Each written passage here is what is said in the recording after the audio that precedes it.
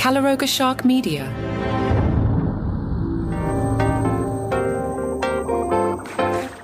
Happy Nikki Glaser Day. I'll get to that. Hello, I'm Johnny Mac with your daily comedy news. If you're in St. Louis, if you're at the Cardinals game, if you're at Busch Stadium, today is Nikki Glaser Day. She's being honored with her very own bobblehead. Nikki Glaser told St. Louis on the Air, I was kind of embarrassed at first. There's going to be a bobblehead and kids are going to be confused. Like, who is this lady? With the purchase of a theme ticket, fans will receive a Nikki Glaser bobblehead today at Busch Stadium. Nikki said, this was something that was offered to me from the Cardinals as our hometown girl. We love you, and I'm just trying to accept it and not fight it. She's from St. Louis, loves St. Louis, and says when I'm on both of the coasts, it's like constantly comparing yourself, and everyone's just chasing their status. That is true, Nikki Glaser. Here, it just feels a little bit more relaxed, and I get back to what's important, having a good time and going out to eat. Living here is just wanting to focus on my family while they're still around and healthy and want to hang out with me. It's also just being in a town where what podcast you have, what spots you're doing that night, what parties you're going to, what red carpets you're attending, doesn't matter. That's not here, and that's not what people value here, and it just recalibrates me. Nikki says if she spends too much time on the coast, she'll start to question herself.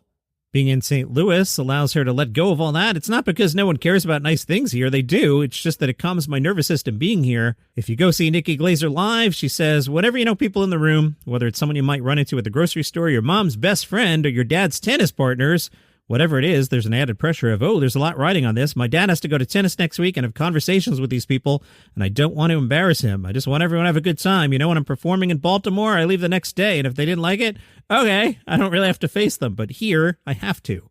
Boy, LateNighter.com took a terrible time to take a week off last week. Heidi Gardner has exited Saturday Night Live. She was on for 8 seasons.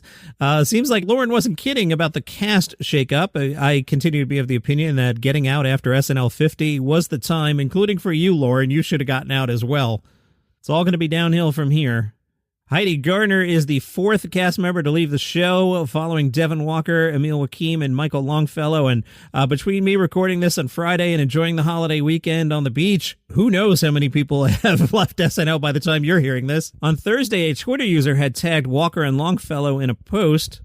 The fan said, wish you nothing but the best. Walker jumped in and said, y'all acting like we died, LOL. We just getting different jobs. Walker had posted on Instagram earlier in the week, just to be clear, this is good news. It was just time for me to do something different. Please don't be hitting me with all the, I'm so sorry. We're not on that at all. Sometimes mom and dad just don't see things eye to eye. Interesting. Michael Longfellow had posted on Instagram that he wouldn't be returning for his 4th season. He wrote, wish I was, but so it goes. It was the best 3 years of my life so far, so sounds like he was pushed. Emil Wakim said being informed he wouldn't return was a gut punch of a call to get, but I'm so grateful for my time there. So obviously he was pushed.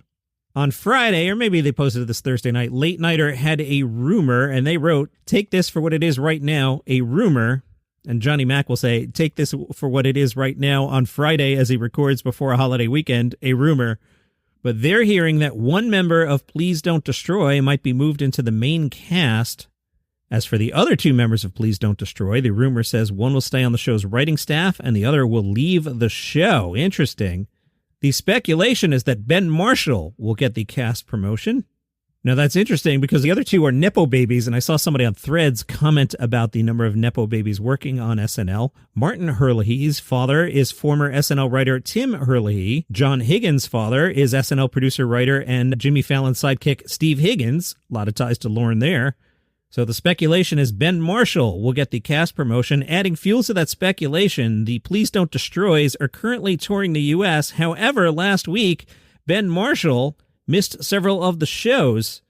His spot was filled by Emily Wilson, who happens to be married to John Higgins. Marshall rejoined the group later in the week. Very interesting. I shared in the Facebook group, and we'll get to it later in the week. Adam Sandler, the buzz on this Jay Kelly movie, tremendous for Sandler's performance. Some people even saying Oscar, but I'll save that for later in the week. But Sandler was at the Venice Film Festival. GQ said Sandler showed up in exactly what you think he'd wear. A freaky polo shirt completely covered in cheetahs, big baggy Nike basketball shorts, and a pair of bright pink Under Armour Curry 11s. However, I also saw photos of Adam Sandler in a classic tuxedo. Yeah, like dressed properly. Now, although I'm often confused for George Clooney, dress-wise I am often confused for Adam Sandler, but right now, let's say I've got a New Balance thin fleece. It's a little cool.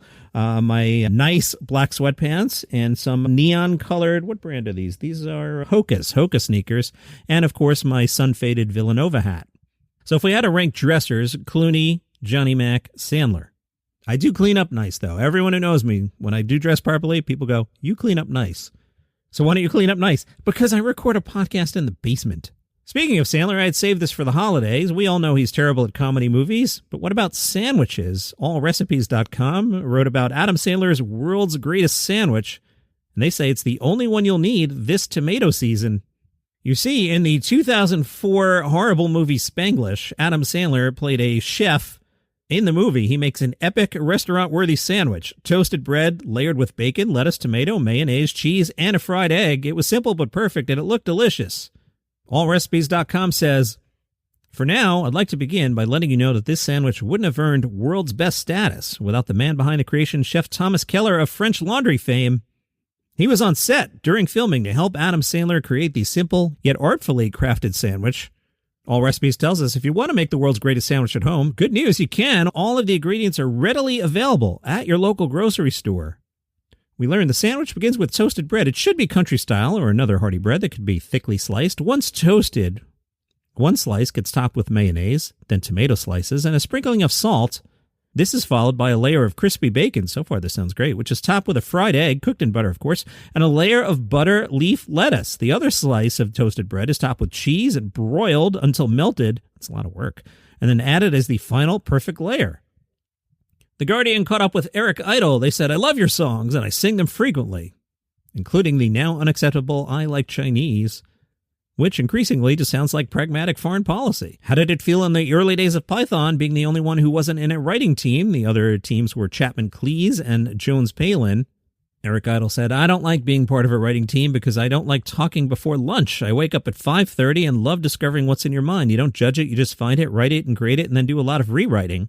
What was hard was the other Pythons had 2 votes to 1. This is interesting about the Beatles. When I first met George Harrison, we bonded immediately and talked all night, and I realized we played the same roles in our groups. There were these 2 heavy, powerful blocks, and we were in the middle. We didn't have as much power, but we learned a lot from it." Eric said, "I'm still a friend of Ringo's, and Paul's always very nice and friendly, but we're not close." Late night TV, maybe not so dead. NBC will air 4 special Sunday night editions of The Tonight Show starring Jimmy Fallon. Those will follow Sunday Night Football and local newscasts. Stay tuned after your local news for a brand new episode of The Tonight Show with Jimmy Fallon. The first, September 21st, following Chiefs Giants. Chiefs, Taylor Swift, all that. That's a good lead-in. Matthew McConaughey and Eric Church are the guests. Other Sunday night editions will air one on October 26th after Packers-Steelers. That's a dog of a game. Lions-Eagles on November 16th. That's a banger, as the kids say. And then more Chiefs-Texans on December 7th. All right, Jimmy, you got 3 out of 4 good lead-ins. You can't complain there. Plus, your show wasn't canceled. Ask Stephen Colbert. Also, this Thursday, Fallon will host a special episode of The Tonight Show starring Jimmy Fallon after the NFL kickoff game between Eagles-Cowboys.